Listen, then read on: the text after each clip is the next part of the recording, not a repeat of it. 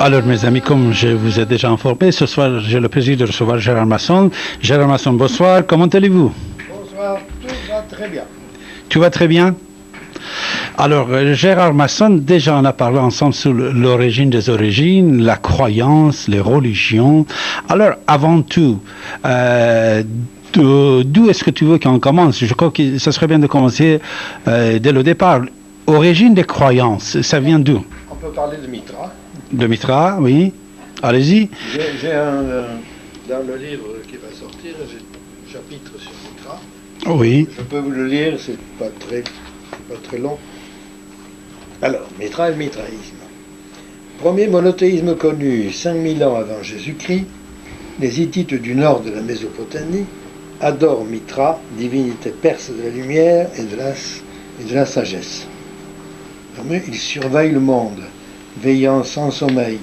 Il apparaît avant le lever du soleil et il parcourt le firmament avec son char tiré par 4 chevaux blancs. Il entend tout, aperçoit tout, est omniscient, nul ne peut le tromper. Il est au moral, le dieu de la vérité et de la loyauté, celui qu'on invoque dans les serments, qui garantit les contrats, punit les injures. Il procure à celui qui l'honore la santé du corps, la plénitude de la richesse et une descendance heureuse, douée. Autrement dit, cette formule sera reprise par tous les dieux qui vont suivre.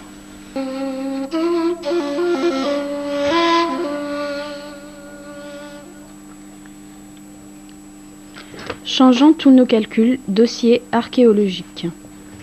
La découverte qui bouleverse la connaissance des origines de la civilisation. La dernière découverte de la civilisation perse a retenu l'attention du magazine Dossier Archéologie, qui avait consacré son numéro 145 dans son numéro 145 pages du mois d'octobre 2003, donc le numéro 287, à la fabuleuse découverte de Giroft, en mettant en grand titre sur la couverture la découverte qui bouleverse la connaissance des origines de la civilisation, un foyer culturel et artistique vieux de 5000 ans avant Jésus-Christ. Mitra et les mages de la Nouvelle Alliance. Patriarche Patrick Truchemot, le culte de Mitra. Le père Patrick Truchemot, président de l'Académie Ozone, médaillé de la ville de Bordeaux pour ses activités de secrétaire général du comité de bienfaisance Longchamp-Lacep-Mandron, médaillé des sauveteurs de la Gironde, médaillé du gouvernement, médaillé du souvenir français et membre de son bureau girondin, animateur de l'émission Ici Église de France sur Bordeaux 1, authentique savant en médecine homéopathique, Truchemot était aimé et estimé non seulement de ses fidèles, mais de nombreux Bordelais.